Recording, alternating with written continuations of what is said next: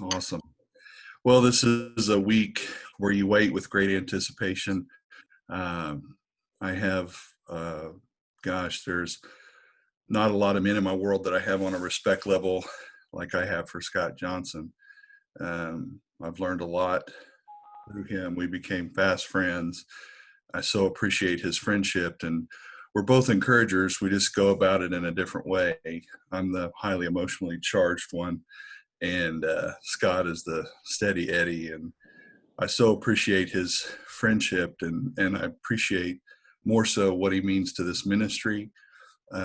He's an amazing teacher, a great friend, and I love to see him invest in others. He's invested in many men in my world, and just he makes a difference and an impact. And so, Scott, welcome this morning. Chris, thank you very much. And guys, I so appreciate you all getting up early to be here this morning. As you know, I love doing this. And so let me just introduce myself very briefly for those of you who haven't met me. My name is Scott Johnson. I'll forgo the explanation about my middle initial this morning. I've been married for 38 years to my wife, Beth. We've got 4 grown children. Our oldest, as you've heard me say before, is extremely single, so any leads would be appreciated. He's 34 years old. He's a terrific guy. Our next is a daughter, Kristen, who lives in Springdale, Arkansas with her husband and 3 kids, and another little boy on the way. So we're about to have our 4th grandchild, all with her. Our younger daughter, Katie, is 26, and she and her husband live in the St. Louis area. And our youngest is Jonathan, and he and his wife, Becca, live here in Tulsa. He's an auditor, and his wife is a NICU nurse at St. John. And I know Frank has been emphasizing this year the journey, and you guys know I usually have something that I want to talk about, and I'm going to do that today. But I do want to say this about the journey. I've been through the journey. In 2015, I was in Brian Craig's last group before he moved to Northwest Arkansas. And when we hear other guys talk about the journey, they often talk about how it was kind of a game changer and a life changer for them. And I'm just going to shoot straight with you. By the time I came to the journey, I already had a deep confidence in God. Don't hear me wrong. I screw up all the time. So don't hear me saying anything like, I'm perfect or I've got it nailed. That's totally not true. But I had a deep confidence in God already, and it just continues to get deeper and deeper. But so I already knew a lot of the things that we talked about in the journey, but there are many things I loved about the journey. Number one was I loved hearing the interaction amongst the guys in the group. I loved seeing guys, whether it was me or a younger guy with a lot less maturity, a lot less miles on his odometer, speaking into the lives of somebody else. And I loved how God put that together. Number two, I loved how Christ-centered the journey is. I think so many studies that we do are not really Christ-centered. They're not necessarily, some of them are not necessarily biblical. It doesn't make them bad, it doesn't make them things we shouldn't spend our time on. But the journey, to me, is so Christ-centered. It's not Frank-centered, it's not Brian-centered, it's not Rocky-centered, it's Christ-centered. And the things that you walk through in it, and this is my third point, it's not just a Bible study. It is a study of the Bible. As I recall, it's primarily the book of John. However, it's very personalized, and it causes you to apply what you're reading to your own life. And for all those reasons, I am a huge fan of the journey. And I'm sure I will go through it again. And Frank and Chris, to some extent, have been after me to lead a group sometime. I'm sure I probably will do that. It hasn't been the right time for me to do that yet, but I look forward to that. And I'm a total believer in the journey of what it's about and where it points guys to. When you hear guys' testimonies on here, guys that have had addictions, pornography, struggling marriages, struggling with their relationship with their kids, and how the journey has changed that, it's really miraculous on an individual level, and I love that about it. So that's kind of my story about the journey. I want to touch base this morning with you guys on something that has become a common enemy, COVID-19, this virus. And I'm just chagrined to hear that Lonnie and his wife, Martha, have got their positive diagnoses. I looked back at the email. He emailed me earlier this week, and they didn't have the results yet. So now we know. And it sounds like they're really struggling with it. I don't know the details of that. But I think there are people, I know some of these folks who think that COVID-19 is a complete hoax. I'm just going to tell you, I think that's complete nonsense. I don't think it's a hoax. I think there are way too many people involved in trying to figure it out, trying to come up with vaccines, trying to manage it state by state. And you couldn't keep that many people, you couldn't get them in lockstep the way they'd have to be to pull off a hoax of this magnitude. It's just not possible. So I totally think it's not a hoax, and I think it's a little absurd to believe that. But there are other people who may be thinking it's a judgment from God. And that's kind of what I want to talk about this morning. Now, first of all, God absolutely knows about COVID-19, right? Matthew 10:29 and 30 is a passage that talks about how not a sparrow falls to the ground that he's not aware of, and all the hairs on our heads are numbered. So earlier I pointed out that Jason Ringling and Greg Swan have a little facial hair that I don't remember seeing last time I saw them. You know what, guys? God knows how many hairs you have on your head. He knows how many hairs I have on my head. In fact, even though I shave, he knows how many hairs I would have sticking out if I didn't shave, if I grew my beard out. God knows everything, down to the atomic molecular level, up to the level of stars and galaxies and stuff like that that we haven't found yet. So God knows everything. Does he know about COVID? Of course. Are there lessons in COVID for us? Without a doubt, without a doubt. But here's what I want to impress on you guys this morning. When God does something, when he's really hard after it, when he's really making a statement, like we would think of with a judgment on a people or a country or something like that, there's no mistaking it and there's no getting away from it. I want to give you 3 examples, and I'm going to try to keep this short because Frank warned me that on the stream, all of us guys have a little shorter attention span. So I'm going to start with Daniel chapter 3. This is the story of the fiery furnace. You may remember that Nebuchadnezzar, the king at the time, built this huge statue. It was 60 cubits tall, that's 90 feet tall, and 6 cubits wide, that's 9 feet wide. And he commanded all the people, all of his nobles, all his officials, and all the people to come before it and worship it when they heard the music. Well, Shadrach, Meshach, and Abednego, most of you guys know this story, who were Daniel's friends, his compadres, refused to bow down to it. The king was furious, and he summoned them before him, and he said, if you don't worship it, you'll be thrown immediately into a blazing furnace. And then I love this. King Nebuchadnezzar says, then what God will be able to rescue you from my hand? Their reply, by the way, is a model for us for life. Shadrach, Meshach, and Abednego, I'm reading in Daniel chapter 3, verse 16 here. They replied, King Nebuchadnezzar, we do not need to defend ourselves before you in this matter. If we are thrown into the blazing furnace, the God we serve is able to deliver us from it, and he will deliver us from your majesty's hand. Now, I want you to notice something. They still refer to him as your majesty. They're still paying him homage. They're still demonstrating their allegiance to the king, not worshiping him, but demonstrating their allegiance to his authority. But then they go on to say, but even if he, God, does not deliver us from that, we want you to know, your majesty, there it is again, that we will not serve your gods or worship the image of gold you've set up. Nebuchadnezzar was furious. He ordered the furnace heated 7 times hotter than usual. I think that's kind of funny because today we'd have digital instruments. We'd know if it was 7 times hotter.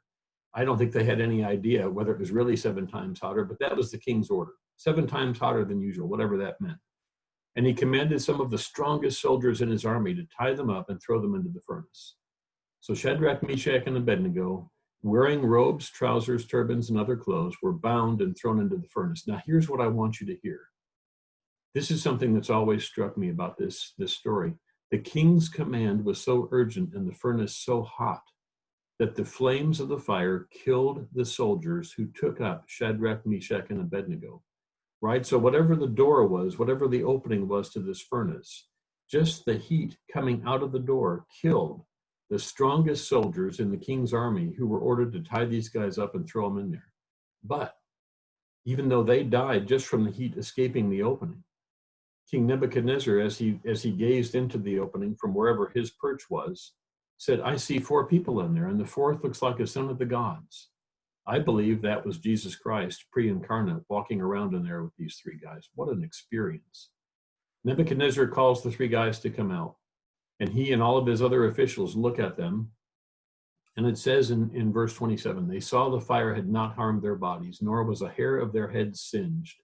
Their robes were not scorched, and there was no smell of fire on them. So here you've got the strongest men in the army who died just from the heat coming out. And you've got God's three men, Shadrach, Meshach, and Abednego, who survived walking around inside the furnace.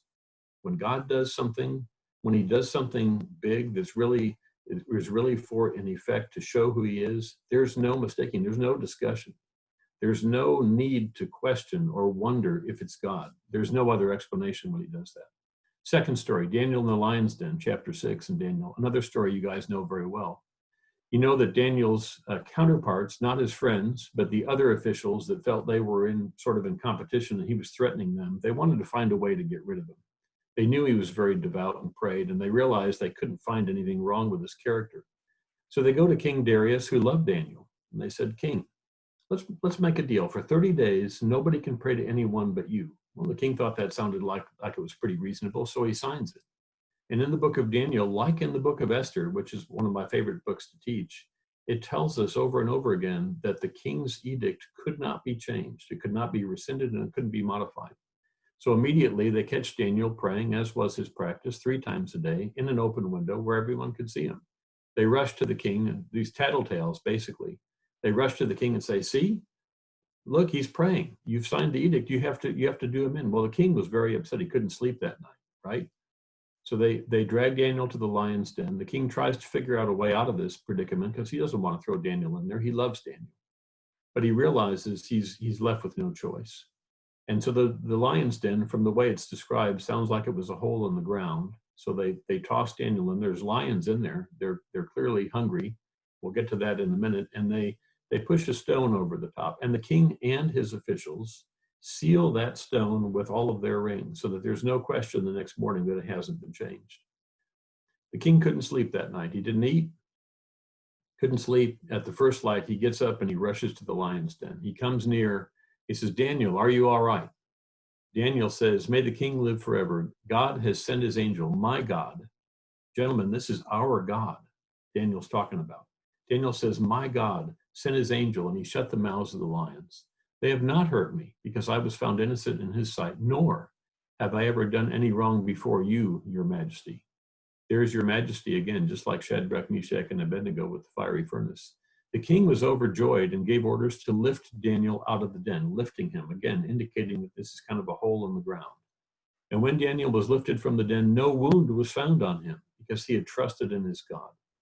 At the king's command, here we're in Daniel chapter 6, verse 24. Here's what I want you to hear. Here's the contrast. At the king's command, the men who had falsely accused Daniel were brought in and thrown into the lion's den, along with their wives and children. This is not a very good end for them. And before they reached the floor of the den, again, clearly they're thrown in and there's a floor. This is like a hole in the ground. Before they reached the floor of the den, the lions overpowered them and crushed all their bones. There is such a clear contrast. Daniel is not touched. There's not a scratch on him when they pull him out. And these other guys who accused him and did this tattletale routine, they're killed by the lions before they touched the floor of the den, before they reached the floor of the den. When God does something, guys, there's just no mistaking that it's God. I'm not saying he doesn't do subtle things in our lives, and I'm not saying that he's not aware of COVID or anything like that, but I'm saying when he issues a judgment, there's no question about it.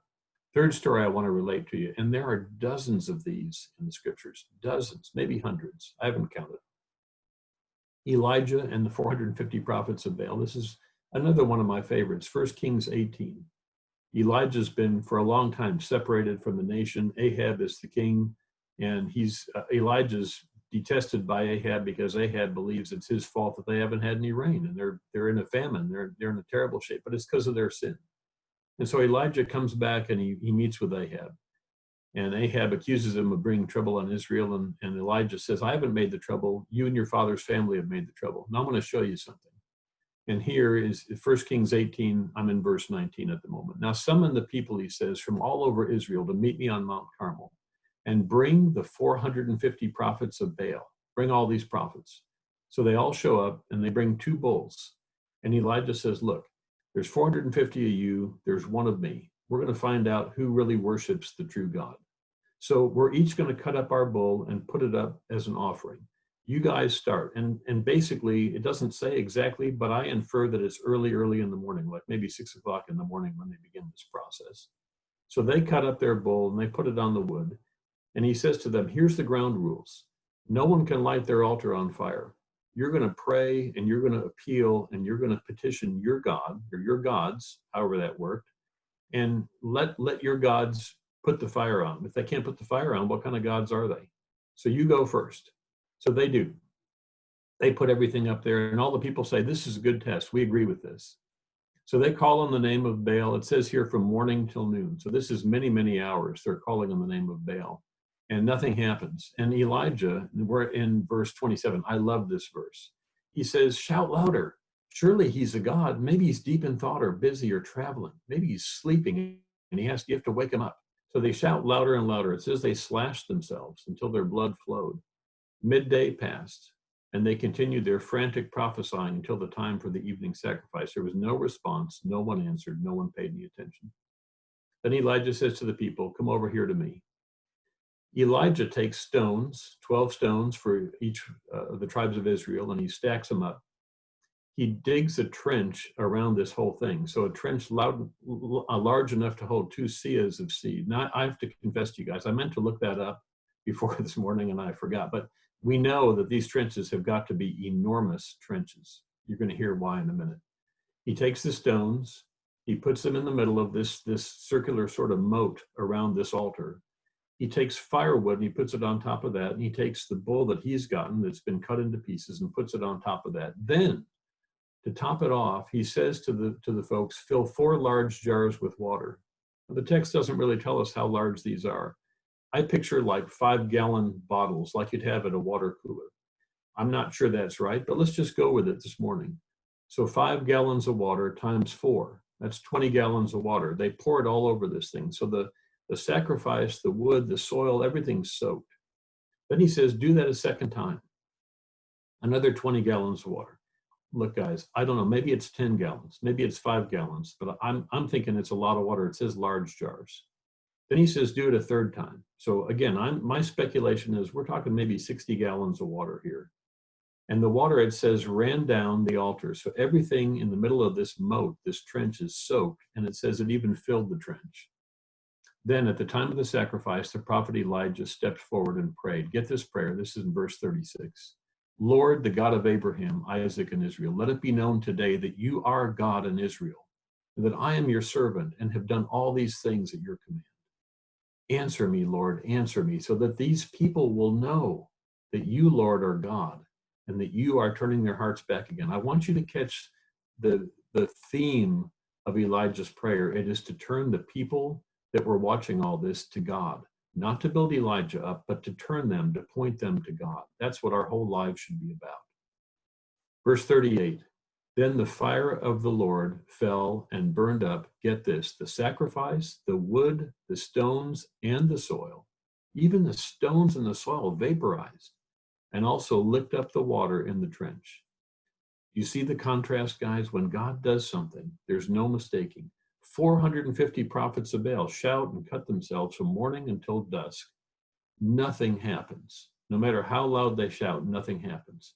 Elijah prays a simple, God-focused, God-centered prayer, and he leads the people to see God's greatness. So again, my theme is, as I've studied the scriptures and read them and sort of let them soak into me, when God does something that he wants us to notice, it's something big. I'm going to come back to COVID-19. And this is where I want to leave you with the thought this morning.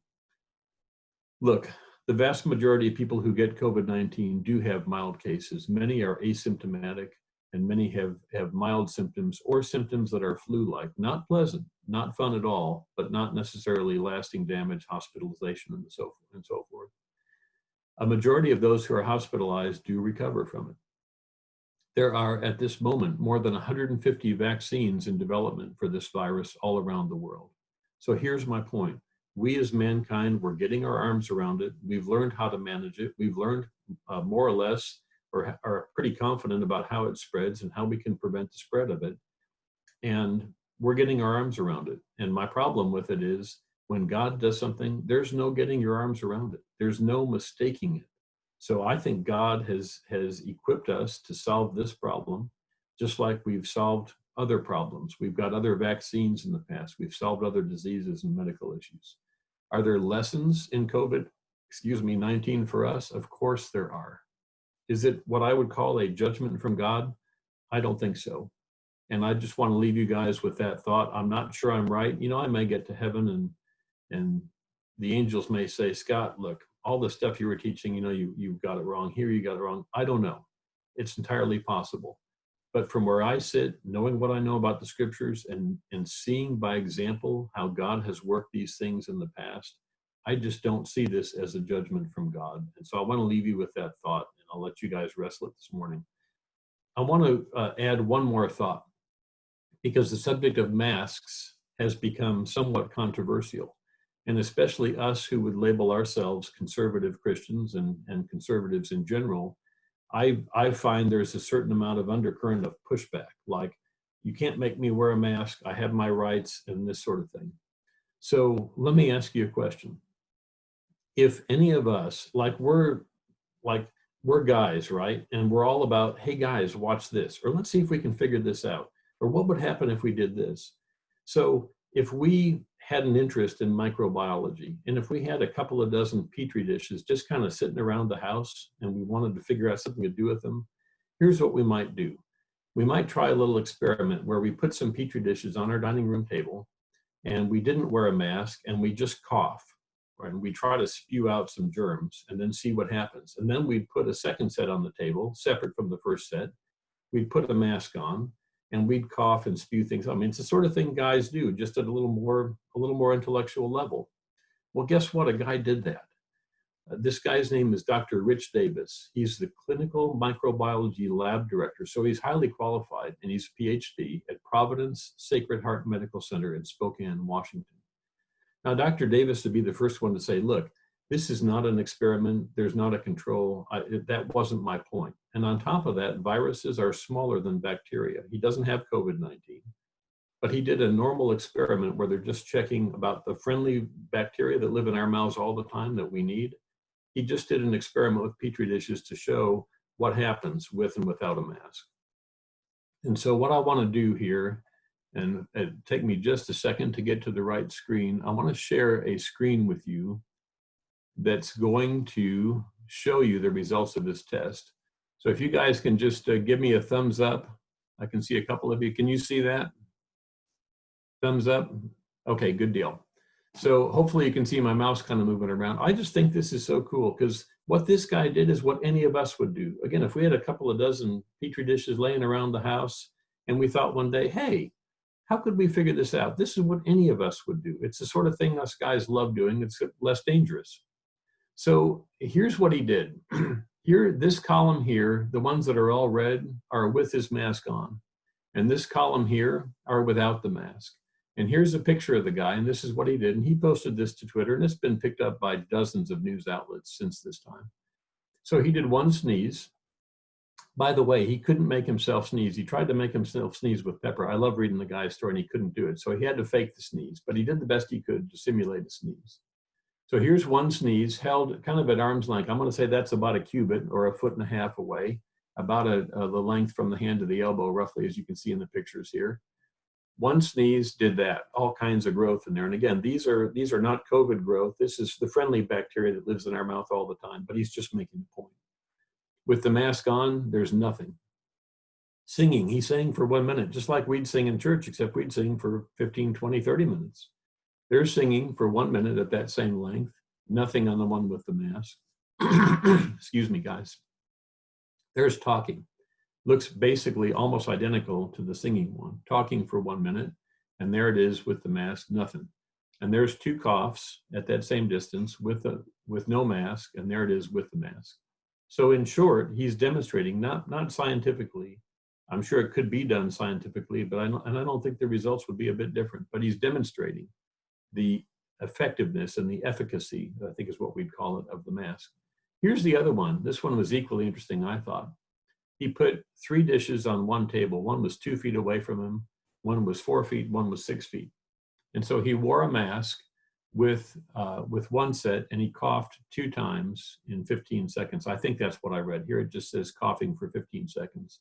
I think what I read was he made himself cough 2 times within 15 seconds.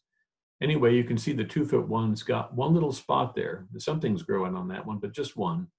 The 4'1" has nothing, and the 6'1" has nothing. Without the mask, the 2'1's pretty well covered with stuff. 4'1's got enough stuff on it to gross you out, and the 6'1" has what looks like sort of a giant zit's worth of growth there.